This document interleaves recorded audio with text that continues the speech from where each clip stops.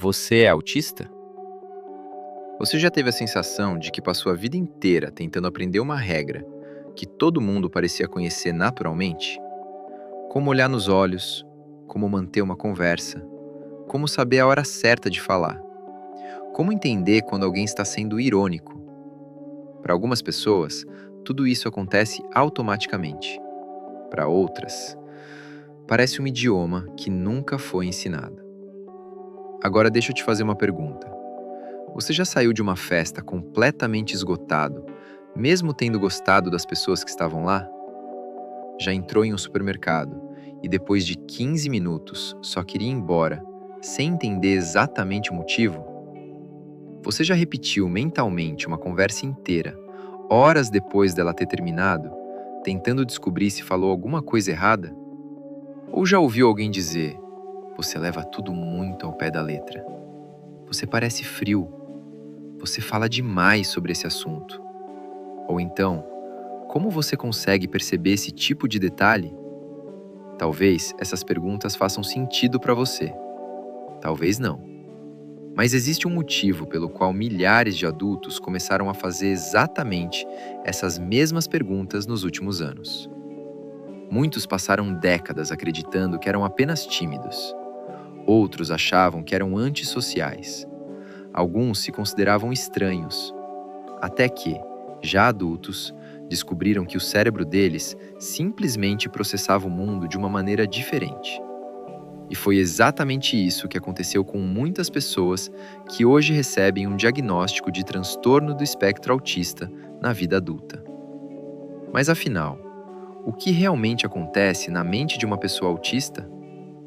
Existe uma mulher que talvez responda essa pergunta melhor do que qualquer livro.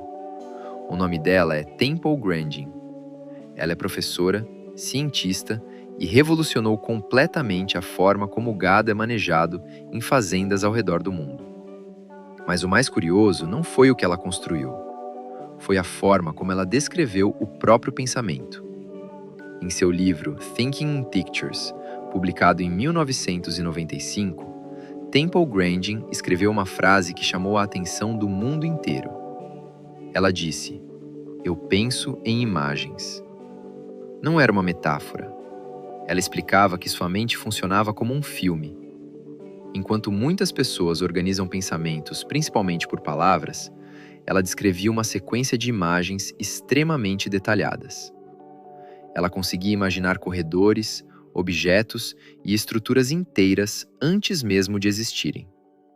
E foi justamente isso que permitiu que ela percebesse algo que centenas de pessoas ignoravam todos os dias.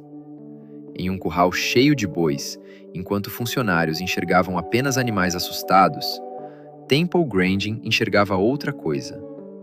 Ela via sombras, curvas, reflexos, ângulos, pequenos detalhes que mudavam completamente a forma como o gado reagia. Ela percebeu que uma simples sombra atravessando a rampa fazia muitos animais pararem. Um reflexo metálico podia assustá-los.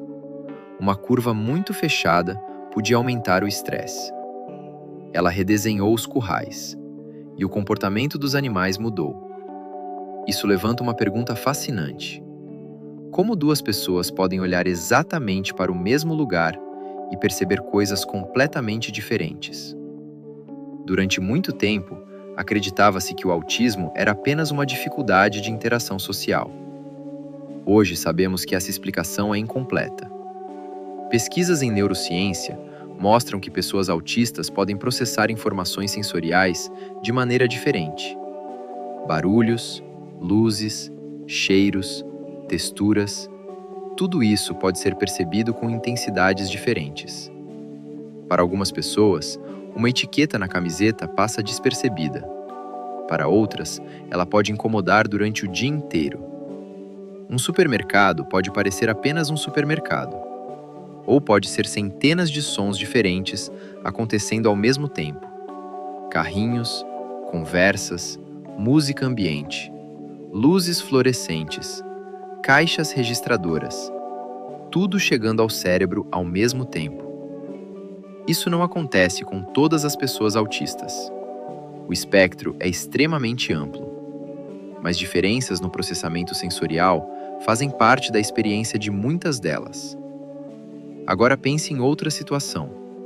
Você recebe uma mensagem dizendo: "Depois conversamos". Para muita gente, essa frase não significa absolutamente nada.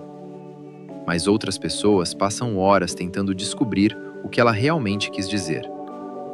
Será que a pessoa está brava? Será que aconteceu alguma coisa? Será que eu fiz algo errado? Enquanto isso, quem enviou a mensagem talvez nem tenha pensado em nada disso. Essa diferença na interpretação de pistas sociais também faz parte das pesquisas sobre o autismo. Durante décadas, cientistas tentaram entender por que algumas pessoas pareciam interpretar expressões faciais, ironias e indiretas de forma diferente. Hoje, sabemos que isso não significa falta de inteligência, muito menos falta de interesse pelas outras pessoas. Na verdade, muitos adultos autistas relatam exatamente o contrário. Eles querem entender, só que precisam fazer isso conscientemente. Enquanto algumas pessoas interpretam uma expressão facial em uma fração de segundo, outras precisam analisar cada detalhe. É como resolver um quebra-cabeça. Talvez por isso, tantas pessoas descrevam o convívio social como cansativo. Não porque não gostem das pessoas, mas porque o cérebro trabalhou o tempo inteiro. Outra característica bastante comum é o hiperfoco.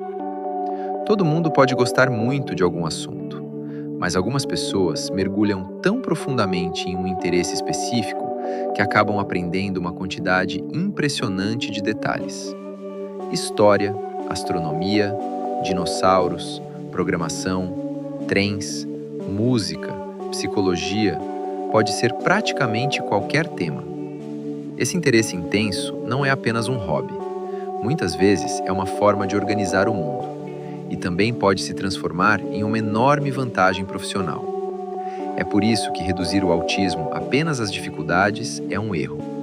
Existem desafios, mas também existem formas diferentes de perceber padrões, memorizar informações, resolver problemas e construir conhecimento.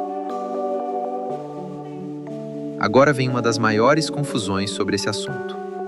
Todo mundo que gosta de rotina é autista? Não. Todo mundo que odeia barulho é autista? Também não. Todo mundo que tem hiperfoco é autista? Não. Essas características existem na população em geral.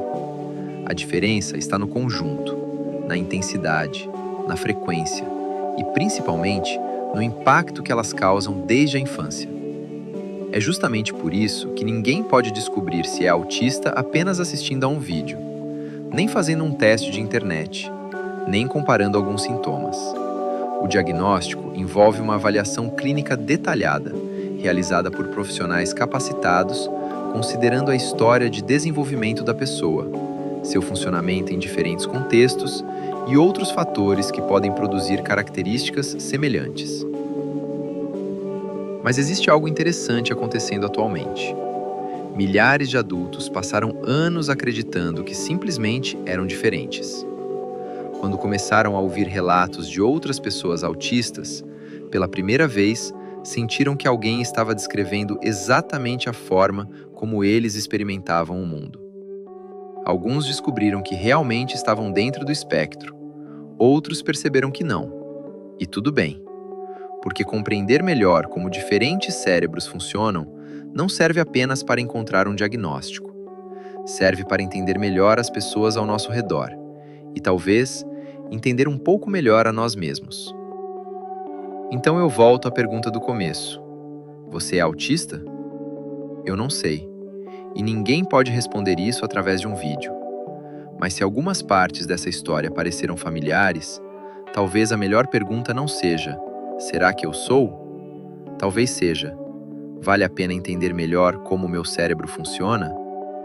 Porque, independentemente da resposta, conhecimento nunca foi um problema. Sempre foi o primeiro passo para compreender quem realmente somos.